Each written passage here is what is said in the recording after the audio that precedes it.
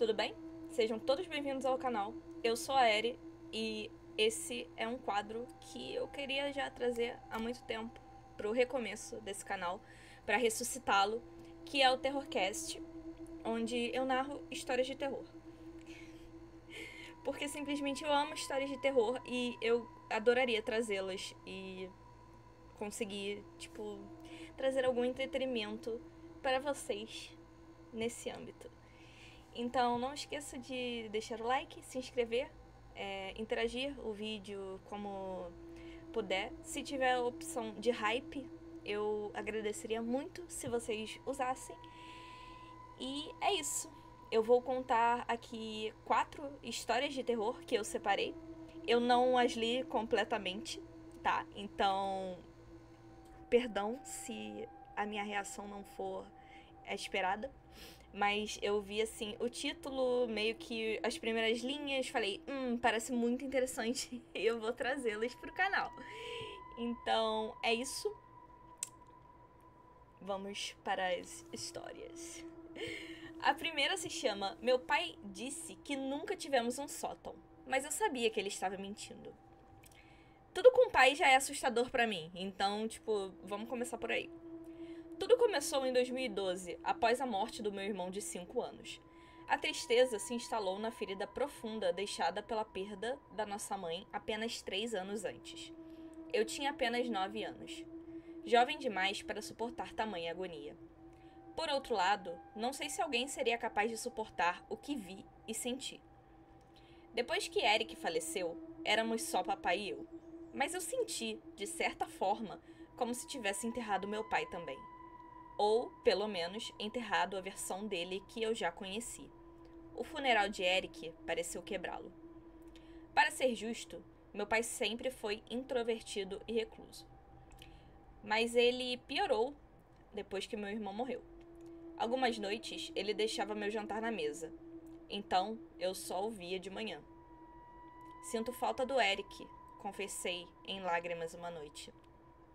Papai simplesmente respondeu: precisamos seguir em frente, Lorna. Talvez tivesse sido mais fácil se eu não me sentisse tão isolado. Sabendo o que sei agora, no entanto, me pergunto se devo ser grato. Eu era uma criança dócil, e o trauma me tornou um adulto mais dócil. Os dóceis passam despercebidos, e isso pode muito bem ter me salvado. Em algum momento no final de 2012, passei o fim de semana com meus avós. E quando voltei, imediatamente notei uma diferença bem profunda na casa.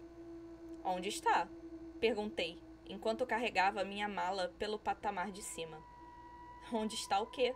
Meu pai perguntou em tom neutro. Eu balancei a cabeça para o gesso branco do teto lá em cima. A porta do sótão. Ele franziu a testa. Não temos sótão, Lorna. Revirei os olhos. Muito engraçado, pai. O que tem entre o teto e o telhado, então? Aquele espaço é estrutural, meu pai disse suavemente. Não é acessível. Isso não fazia sentido para mim, mas eu era jovem demais para questionar a suposta sabedoria dos meus pais. Claro, eu sabia que a porta do sótão existia, mas presumi que papai estava pregando uma peça. Isso me encheu de esperança. Esperança de que, pela primeira vez em muitos meses, seu senso de humor pudesse ter retornado. Ainda assim, conforme os anos passavam e a porta do sótão permanecia apenas na minha memória segura, comecei a me sentir bastante desconfortável. Eu odiava andar sobre aquele teto e ver apenas branco, em vez da porta de madeira que um dia esteve lá. Talvez eu tivesse superado isso eventualmente. Teria chegado a acreditar que eu simplesmente tinha me esquecido da minha infância, se não fosse pela convicção do meu pai que eu tinha perdido a cabeça. Uma convicção estranha e abrasiva. Ele sempre parecia estar à beira de perder a paciência. Ainda assim, papai prometeu que não havia nada além de espuma, madeira e canais de fiação no espaço entre o teto do segundo andar e o telhado inclinado da propriedade acima. Nenhum espaço para um sótão adequado, segundo ele. De qualquer forma, entrei na adolescência. Parei de perguntar sobre o loft na minha infância. Parei de me importar, verdade seja dita. Fiquei enterrado na escola, depois na faculdade, depois na universidade. Durante todo esse tempo, fui me afastando cada vez mais do papai. E isso se resumiu mais do que o teto. Nosso relacionamento só se tornou muito mais tenso com o passar dos anos. E o mesmo é verdade para todos os relacionamentos que meu pai forma. Ele terminou com Jenna pouco antes do Natal, o que o deixou frio e indiferente. Nunca gostei dele naquele estado. Admito, senti falta de Jenna. Ela tinha sido uma presença calorosa e reconfortante na casa pelos últimos 4 anos. Apesar disso, o primeiro sinal de alarme só começou a soar esta manhã. Por volta das 3 da manhã, para ser exato. Poucas horas antes de precisar levantar para trabalhar, fui acordada por uma série de barulhos. Eles vinham de cima. 3 rangidos pesados, de tábuas se dobrando. Não era o som do teto se acomodando. Não era como o som de ratos escavando aquelas supostas calhas de fiação no espaço inacessível. Em vez disso, era o som que confirmava o que eu sempre soube. Algo estava se movendo acima de mim. No sótão, bem real. Mas eu não gritei, não investiguei. Em vez disso, agarrei-me à ponta do meu edredom suado e fiquei deitado em silêncio, engolindo o grito que queria escapar. Eu dominei a arte de enterrar o medo. Parte de mim sabia que ia gritar e que seria uma ideia muito ruim, muito imprudente. Parte de mim que vem suprimindo coisas desde que eu tinha idade suficiente para me lembrar delas. Coisas que acontecem e aconteceram mesmo enquanto Eric e mamãe estavam vivos. Lembro-me dos olhos que me observavam pela fresta da porta entreaberta do meu quarto. Às vezes, eu acordava durante a noite e os via desaparecer na escuridão. Lembro-me que uma vez o meu pai ficou parado, observando, enquanto eu, pouco mais que uma criança, me debatia indefeso em uma piscina. Tenho certeza que esqueci de coisas piores, mas nunca esquecerei do que vi esta manhã. Esta manhã, algo me possuiu. Alguma nova fonte de coragem, ou, mais provavelmente, um delírio. Meu pai foi trabalhar e eu tinha tempo antes do meu turno. Então fui até a garagem, peguei um martelo considerável e retornei ao patamar de cima. Eu fui até o teto com uma série de golpes, abrindo um buraco no gesso branco com uma facilidade alarmante. No começo, pensei que tinha subestimado minha própria força. Então percebi que não havia quase nada em forma de resistência no teto. Nada para impedir o meu projeto de remodelação. Cuspi gesso e poeira da minha boca larga, e então olhei para o abismo negro acima de mim. Eu sabia disso há 13 anos. O espaço acima do segundo andar não estava cheio de pilhas de espuma, vigas de madeira e fios. Era um espaço vazio, negro e vazio. Havia e sempre houve espaço lá em cima. Sempre houve um sótão. Uma parte de mim quer terminar aqui, mas, no momento, estou sentada em uma delegacia de polícia, tentando tirar minha mente de tudo. Então vou contar o que eu disse a eles. Coloquei uma escada no patamar, subi até o sótão e iluminei o espaço com a lanterna do meu celular. Agora, não sei como era o espaço do loft. Afinal, eu mal tinha motivos para subir lá quando tinha 9 anos. No entanto, qualquer que fosse o propósito que ele tinha antes, ele tem um novo agora. Joguei minhas tripas no chão, quando minha luz atingiu o primeiro corpo. Uma mulher estava enrolada em um grande saco plástico translúcido. Um saco cheio de larvas. A carne restante de seu rosto ensanguentado estava descascada para revelar o crânio e a boca larga. Mas ainda havia características suficientes para identificá-la. Era Jenna. Enquanto movia o facho da tocha, quase perdi o equilíbrio na escada. Não fiquei horrorizado com a visão de Jenna, nem mesmo com a visão de muitos outros corpos envoltos em plástico. Alguns poucos mais que cinzas em roupas esfarrapadas.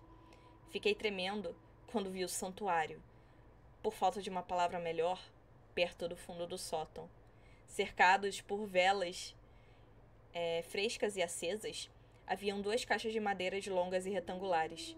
Caixas com que pareciam ser tampas resistentes de fechos de latão. Não eram caixotes, eu sei disso. Cerca de meia hora atrás, um policial me informou que meu pai não havia retornado para casa. Eles não o encontraram. Mais cedo ou mais tarde, terei que deixar este lugar. Mas não quero fazer isso. Estou apavorado. Eu deveria me sentir seguro, aparentemente. Os policiais prometeram me levar para bem longe daqui. Eles prometeram me vigiar, me proteger. Eles prometeram não me deixar fora de vista. Mas como eles vão cumprir essa promessa?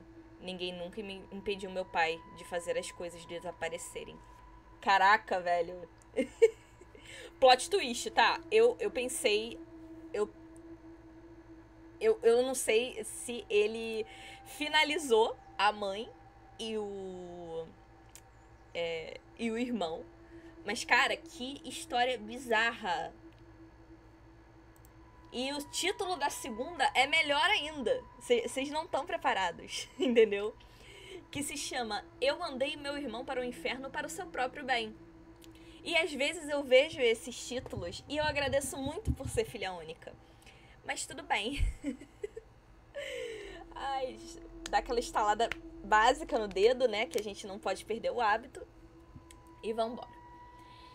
Desde que me lembro, sempre tive dificuldade em acreditar da maneira que deveria.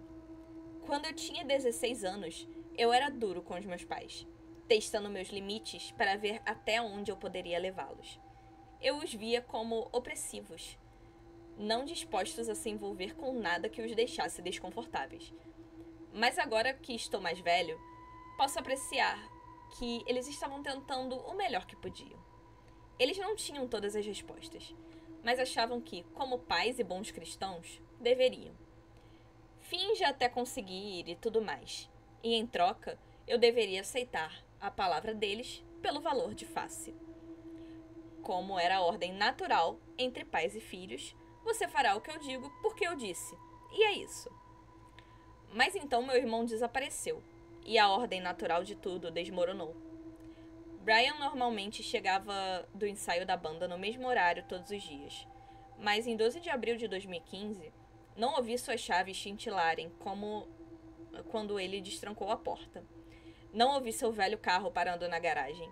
Não ouvi nenhuma reclamação sobre como a garota da primeira cadeira não parava de falar sobre suas novas cordas. Penso muito naquela primeira noite. Como eu disse a mim mesma que ele estava apenas um pouco atrasado. Normalmente, quando isso acontecia, ele nos avisava.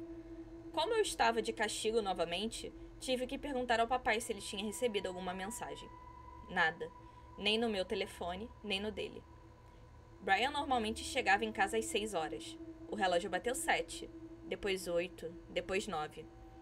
Enquanto mamãe, papai e eu esperávamos para ouvir seu carro, sua voz, perdão por bater no microfone, e o telefone tocar, qualquer coisa, foi quando tudo começou. O silêncio.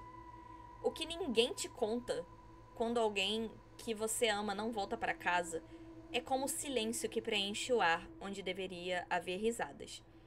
É mais alto do que qualquer grito. Você deveria estar ouvindo os passos deles no corredor. Você deveria estar discutindo sobre quem usou toda a água quente do chuveiro e quem deixou o papai de mau humor. Deveria haver uma luz acesa no quarto enquanto ele ouve sua música metal, que nossos pais toleram, porque se essa é a maneira de Brian se rebelar, eu aceito. O silêncio te mata. Naquela primeira noite, quando mamãe chamou a polícia, a sua voz estava baixa, como se tivesse medo de falar muito alto e tornar o pesadelo real.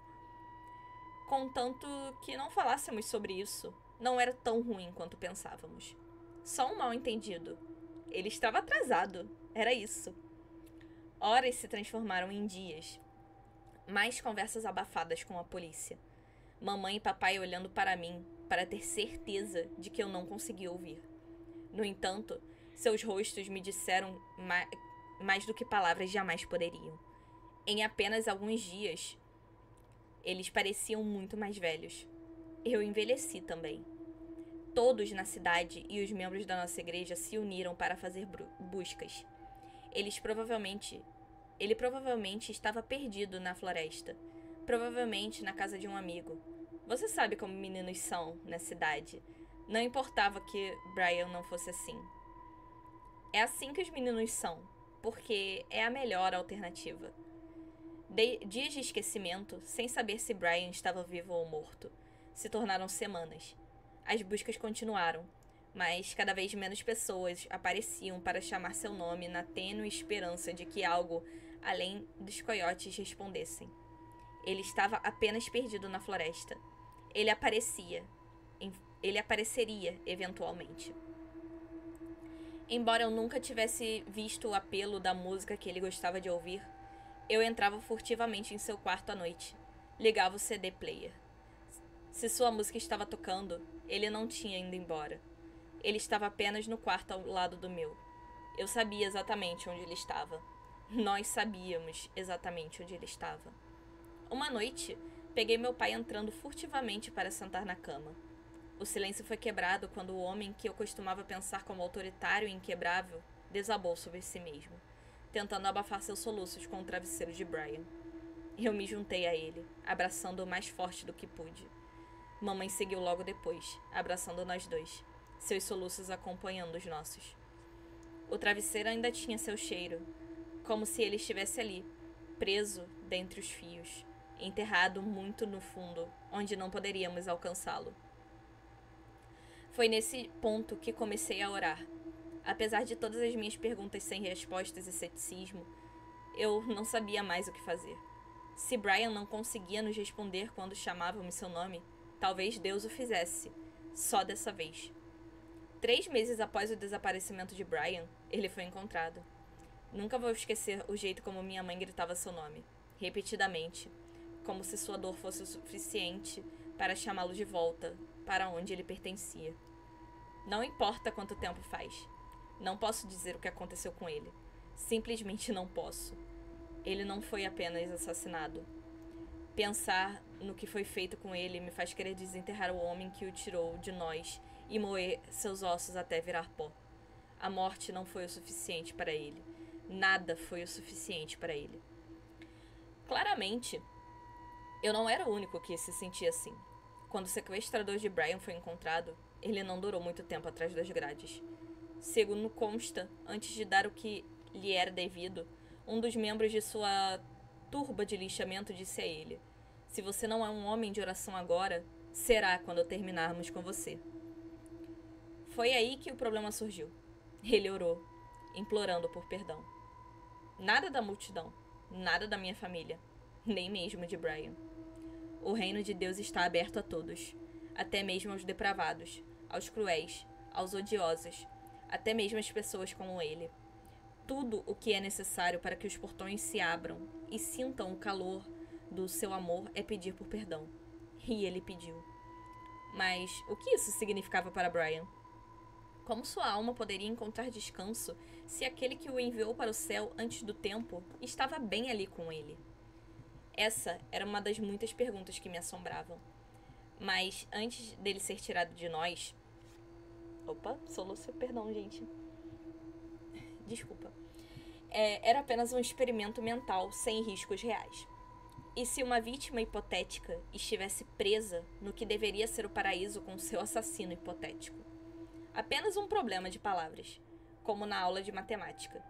Se John tivesse 12 maçãs, Jude pegasse 8 e Sarah desse a ele 4 vezes a quantia disso, isso o condenaria a passar a eternidade com um homem que o brutalizou.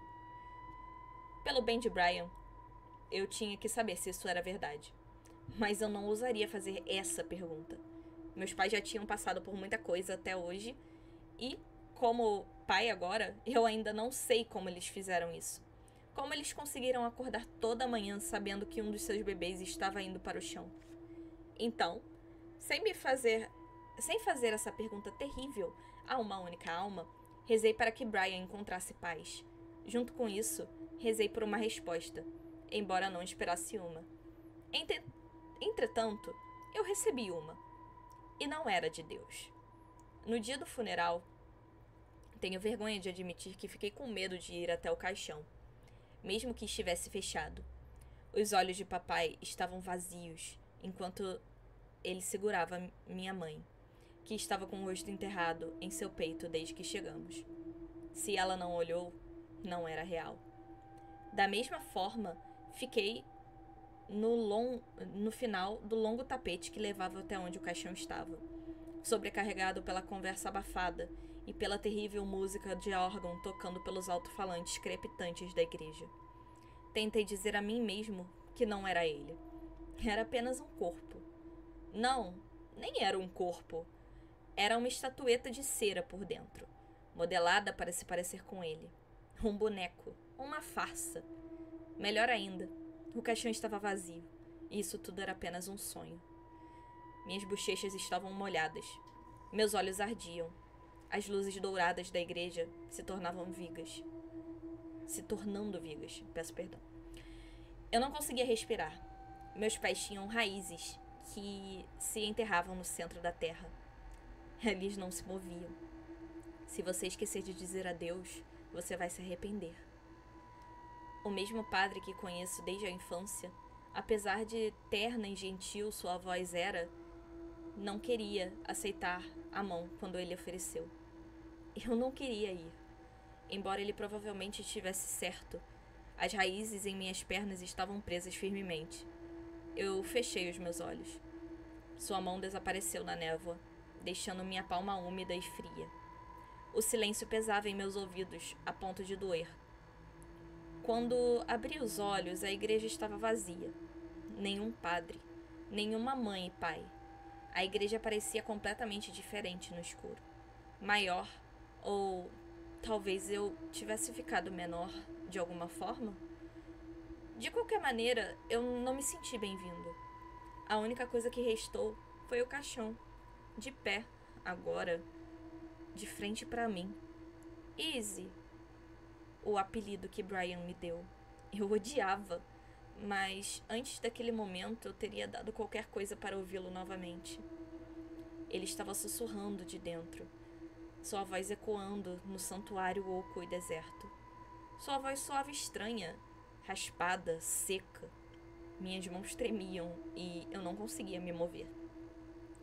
Não está certo, ele continuou, sua voz falhando de uma forma que me fez querer quebrar como vidro.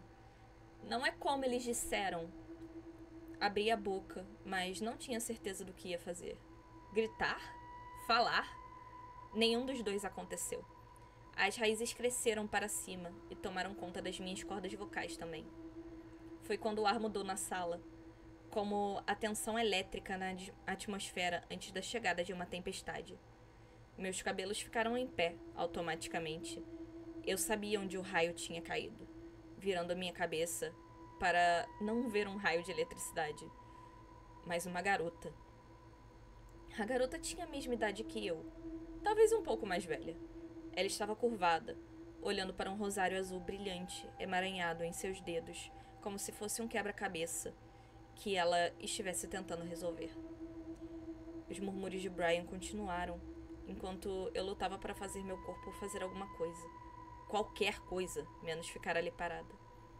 Não temos muito tempo, Isabel, disse a garota claramente, sua cabeça virando lentamente para encontrar meu olhar.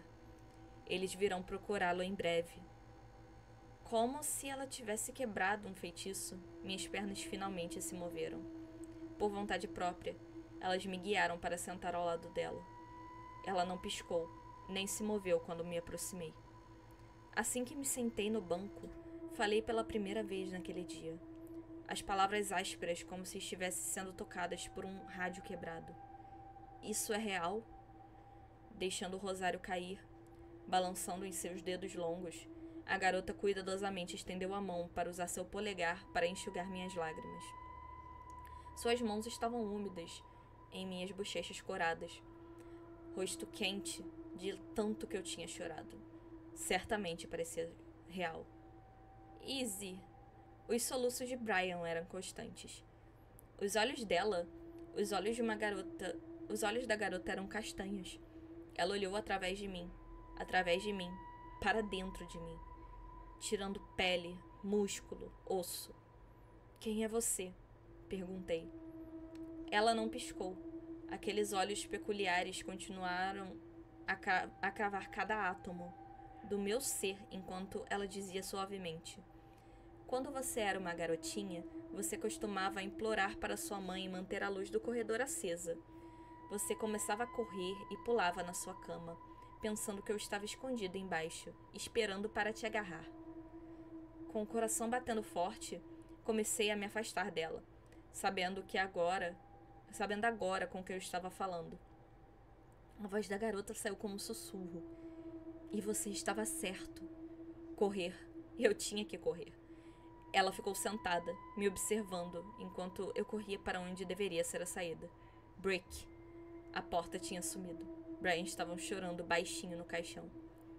Embora eu tenha crescido indo àquela igreja, ela havia mudado, se tornado como uma gaiola de tijolos. Sem portas, as janelas estavam escuras, como se o mundo lá fora tivesse desaparecido, deixando apenas o santuário. A garota esperou pacientemente enquanto eu procurava uma saída. Qualquer saída. Ela voltou a examinar seu rosário, completamente apática. Enquanto isso, Brian começou a implorar para mim novamente. Ele está comigo. Isso acontece repetidamente. Não consigo escapar, por favor. Isso responde a sua pergunta? A voz da garota flutuou sob os gemidos agonizantes, enquanto ela continuava a brincar com a cruz. Sobre como é o reino?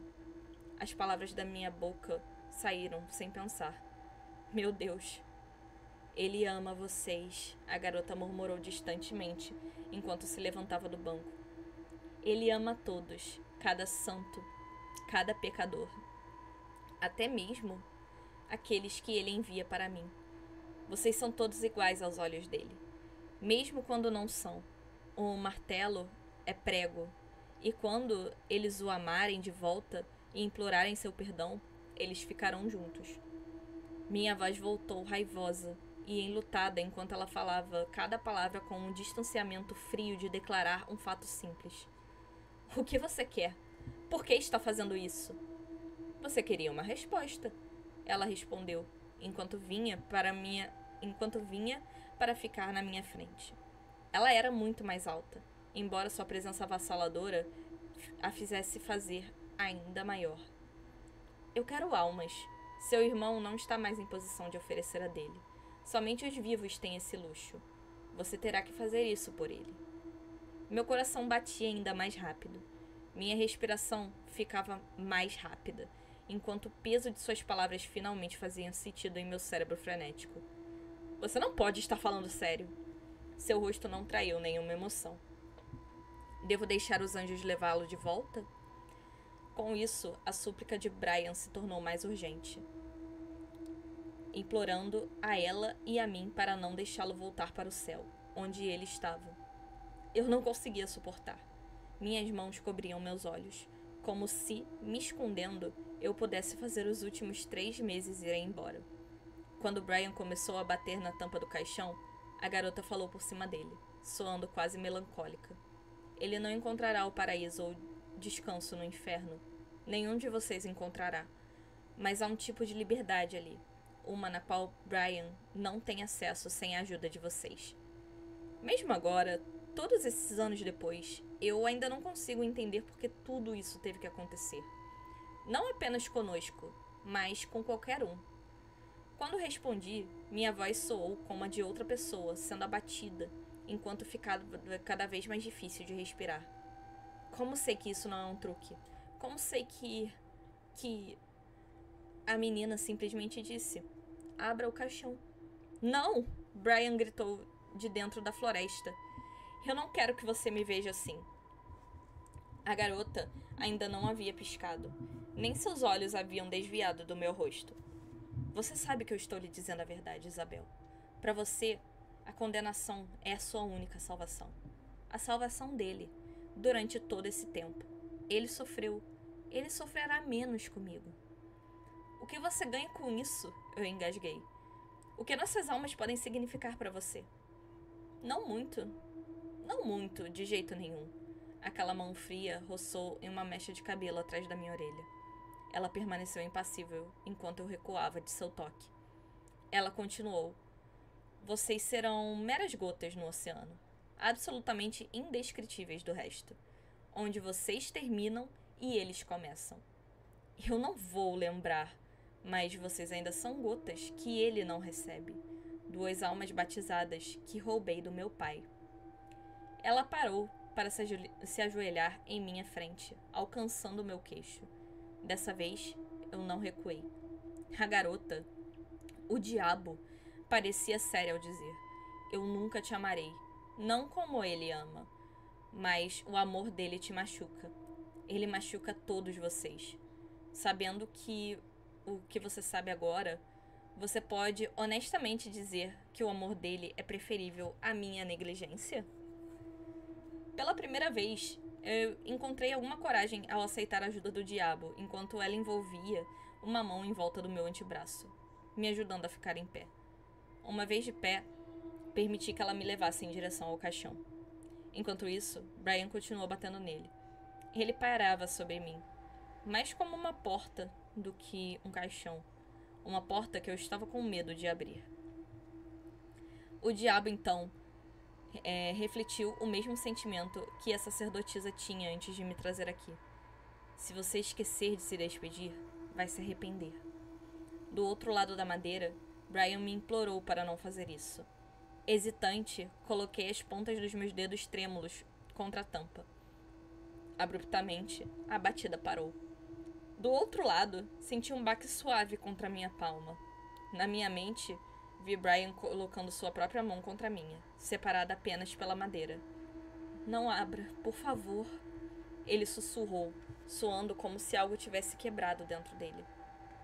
Durante toda a minha vida, foi dito que o diabo é um enganador, buscando tentar e atormentar a humanidade com o pecado.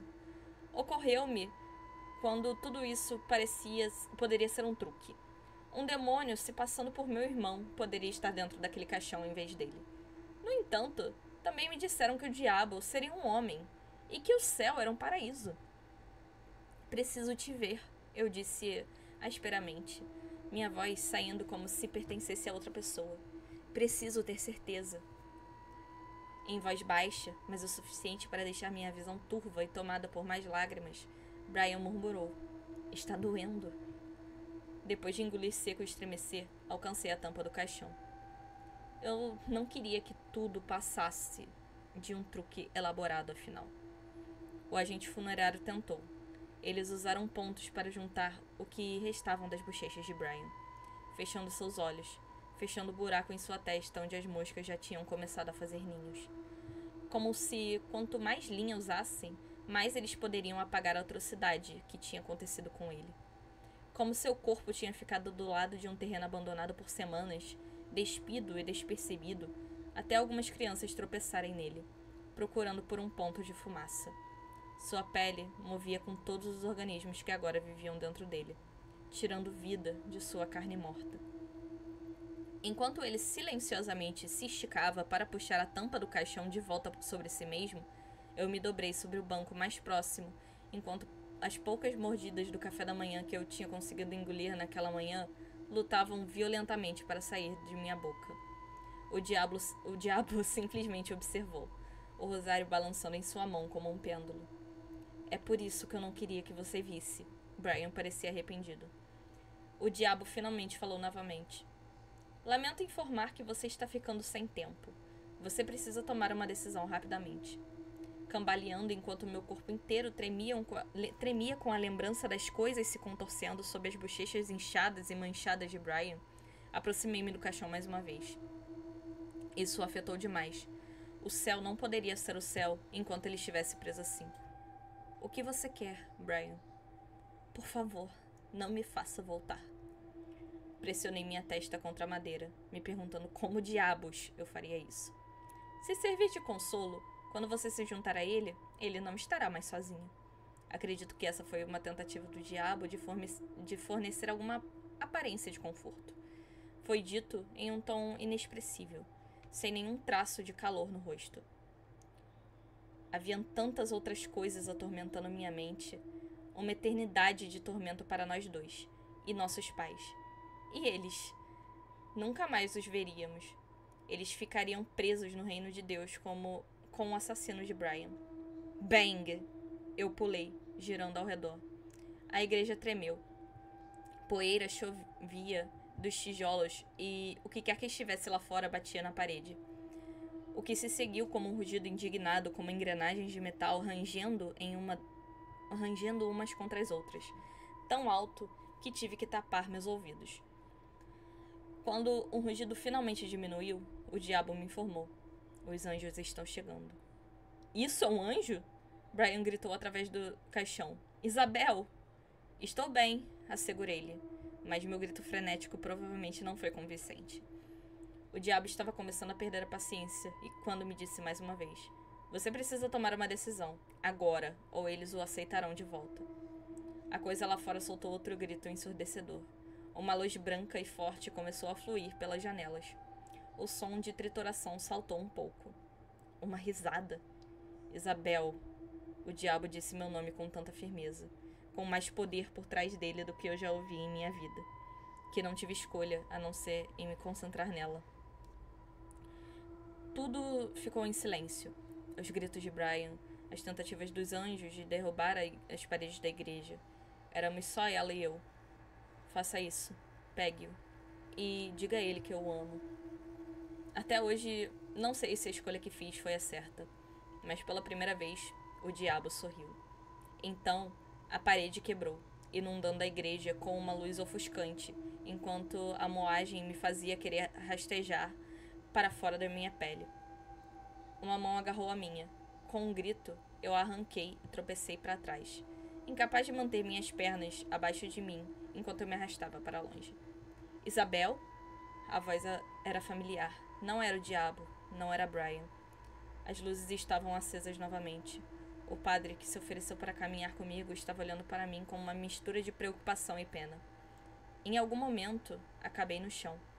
Mamãe havia ressurgido do casulo, protetor do abraço de papai, enquanto ambos corriam em minha direção alarmados. A igreja ficou em silêncio, enquanto todos tinham vindo prestar suas homenagens.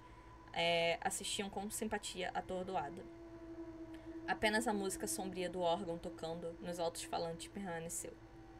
Por anos, nunca contei a ninguém sobre o que aconteceu por razões óbvias.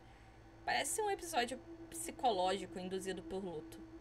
E, por um tempo, foi o que eu disse a mim mesmo o que era. Mas, quando eu me lembro cada palavra daquela visita do diabo, eu me lembro exatamente como senti sua versão sombria e aprisionada, a nossa igreja familiar. Eu me lembro daquele momento mais profundamente do que do dia do meu casamento, ou quando segurei qualquer um dos meus filhos recém-nascidos nos braços. Eventualmente, chegou um momento que não pude mais negar a mim mesmo que fui morbidamente curioso sobre quantas outras pessoas receberam essa oferta. Comecei a entrar em contato com outras famílias que passaram por perdas semelhantes à minha, e acontece que a resposta para a pergunta é muitas. Isso pode parecer bobo, mas aqueles de nós que aceitaram a oferta do diabo formaram um pequeno grupo de apoio. Nós nos reunimos uma vez por mês. Todos nós sabemos que não há nada que possa ser feito. É bom estar perto de outro que entendem. Outros que voluntariamente condenaram a si mesmos e seus entes queridos. Se alguém que está lendo isso acabou em uma situação parecida, eu encorajo a mandar uma DM. Eu lhe darei os detalhes. Você ficaria surpreso com o quanto ajuda estar em uma sala de pessoas que entendem sua escolha terrível que teve que fazer. Embora eu possa reconhecer agora o que foi um fardo espetacular para colocar em uma adolescente, estou feliz que fui abordado uma vez, em vez dos meus pais. Levou anos para a mamãe sorrir novamente e o estresse de tudo quase mandou meu pai por uma sepultura precoce. Por mais terrível que pareça, não consigo reunir coragem para contar nenhum deles sobre o acordo.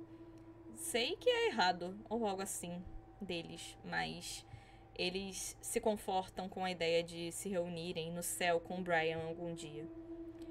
Como você olha seus pais nos olhos e diz a eles que você tirou o filho deles novamente. A culpa é a coisa mais difícil de se viver, mesmo sabendo que era tudo que era melhor mandar Brian de volta para onde seu algoz estava por toda a eternidade. Ainda me questiono. Todos do nosso grupo fazem. Então eu vou dizer de novo.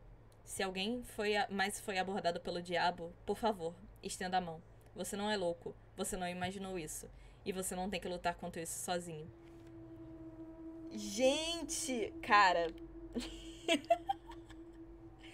Cara, pelo amor de Deus, velho. Eu acho que eu não vou... Eu tô tão em choque com essa história que eu não vou ler as outras. Vocês têm ideia disso? Que essa história, ela plantou um triplex tão grande na minha cabeça que simplesmente eu não vou ler as outras duas histórias. Primeiro que o vídeo tá muito longo. E é um vídeo sem cortes, porque é a ideia de um podcast. Mas, cara, não é possível. A outra é pequena. Eu vou deixar pro próximo vídeo. Tá? Porque, cara...